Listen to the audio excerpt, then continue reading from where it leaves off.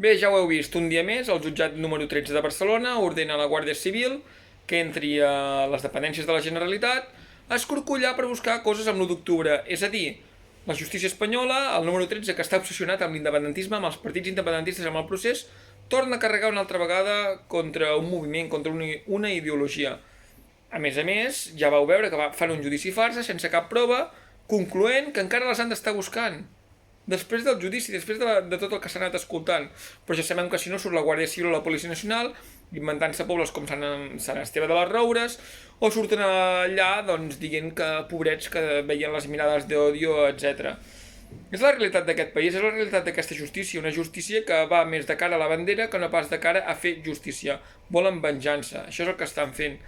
I després a la comissió del Parlament surt un policia, el segon de la Policia Nacional, a dir que els Mossos tenen la culpa de no haver detectat la radicalització de l'imam de Ripoll. A mi el que em sorprèn és que no la detectés el CNI o que no la detectés la Policia Nacional, els que l'anaven a visitar al locutori, sí. És que potser sí que ho havien detectat. O és que també els havien avisat com havia passat amb aquells radicalitzats que estaven sent investigats pels Mossos a Terrassa? Perquè en tenen unes quantes per amagar aquesta gent. Però ells van donant lliçons de tot, però ells tampoc no van ser capaços de detectar res abans de l'11M. O en un primer moment tampoc van ser capaços de sortir a desmentir a Cebes amb el famós àcido ETA de l'atemptat de Barajas. Policia Nacional i Guàrdia Civil que van donant lliçons i van dient del que fa malament els altres cossos i del que no troben quan ells són incapaços de resoldre els seus propis problemes.